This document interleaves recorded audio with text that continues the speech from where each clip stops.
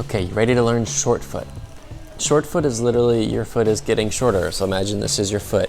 You're going to contract the muscles on the bottom of the foot just subtly, and your foot's going to get millimeters shorter. But what this means is the muscles on the bottom are engaging. So when gravity pushes down, they're not going to collapse and stretch out everything on the bottom, whether that's plantar fasciitis, posterior tib tendonitis. You're going to have that controlled foot, nice strong foot, really important for balancing, really important for jumping, running, walking, any dynamic activity. You need to have that foot to be really stable. We'll go through how to engage short foot. We're going to go through how to add resistance so you can get that foot to be stronger. But this also brings up the conversation of orthotics and overpronation, oversupination. How we like to explain it most simply is your body needs to learn how to control the movement. So orthotics allow you not to move. They are important for acute, like if you're in a lot of pain, they stabilize your foot so your foot shouldn't move, so your foot's not stressed. They act like your foot muscles. Overpronation isn't bad as long as you are able to go into pronation and out of pronation. If you're staying in pronation all the time, of course you're going to develop some foot pathology because there's excess forces into that foot because it's not strength, it's not strong, it's not being stabilized. So I'm going to zoom in on my foot so you can see the intricacies of the muscles. Because there's essentially three arches. There's the prototypical arch that everyone knows about, right in the middle. And then there's an arch across your toes, and there's an arch that goes from your pinky toe to your heel, so across at a diagonal. All three arches are important to control that stable foot. I'm going to zoom in on the foot, and you're going to see that in just a second. And then I'll zoom out, and you'll see this band, how it plays into strengthening that short foot. Okay, now we're zoomed in on my foot. That's a close-up shot of my foot, isn't it? Let's just show you what short foot is. So you want to learn how to do that. So subtle, isn't it? But look at the length of my foot. Here it is. It gets a little millimeter shorter. All these muscles on the bottom are contracting to shorten my foot. So there's really two really important parts. How do I push my toe downwards while still pulling this upwards? Because you'll notice when I do this, my foot's not getting shorter. I'm literally just increasing my susceptibility for ankle sprains because I don't have a strong distal end, or the length, the furthest end of my foot is not strong, so it just lifts up. So the most important part right now is, can you even push that toe downwards and then begin to lift your arch upwards? How do we learn how to do that? Sometimes it's easiest just to go to the outside of your foot, put increased pressure out on my pinky toe, and say, can I even begin to push and reach that down to the ground without really letting this collapse under? So I'm thinking all my pressure is out on the pinky toes, and now I'm thinking, can I really push my foot down into that? And literally that is a strong arch, but that's a bit excessive. I won't be able to hold that. But you can see all those muscles engaged. But right now we're just trying to learn if this can go downwards, I should be able to engage it to push it downwards. So out on the outside of the pinky toe, really drive that toe downwards. This is the muscle called your peroneus longus. Your peroneus longus connects to the bottom of your big toe, and it slides underneath your foot and goes to the outside and then all the way up the outside of the ankle. One of the most important muscles for arch control that is very underserved. Now if we go into the part 2, big toes engaged. It's not so much the big toe, I should say, it's the head of the big toe.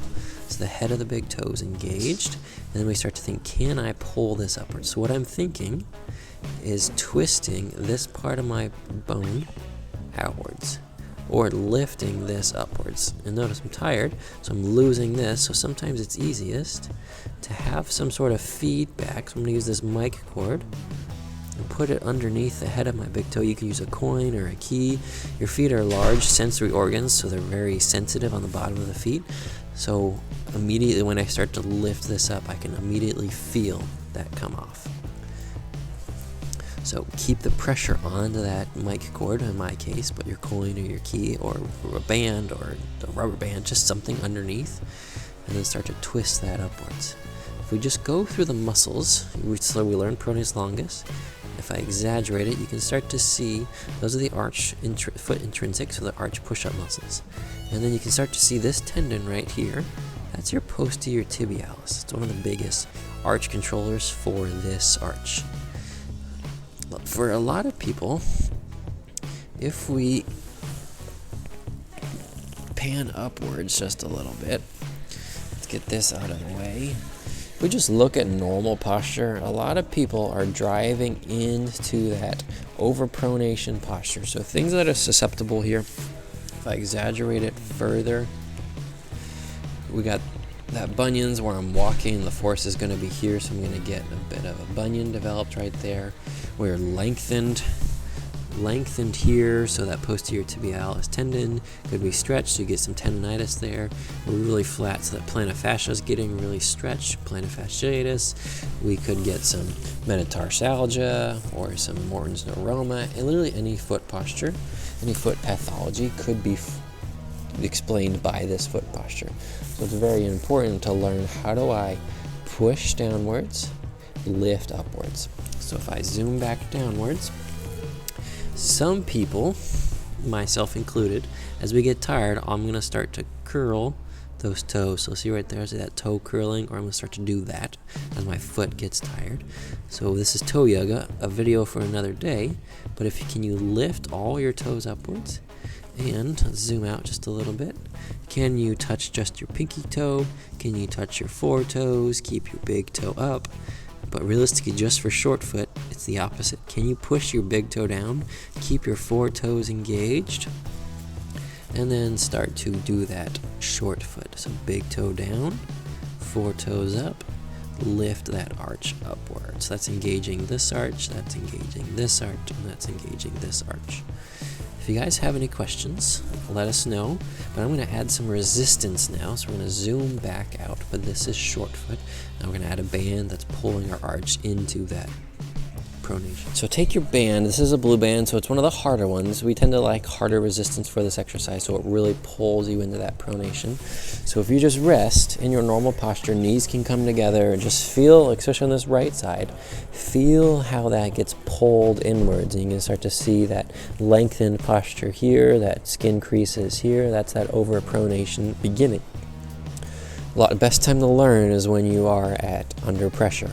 So we're feeding that dysfunction, so I need to think, can I push my toe downwards?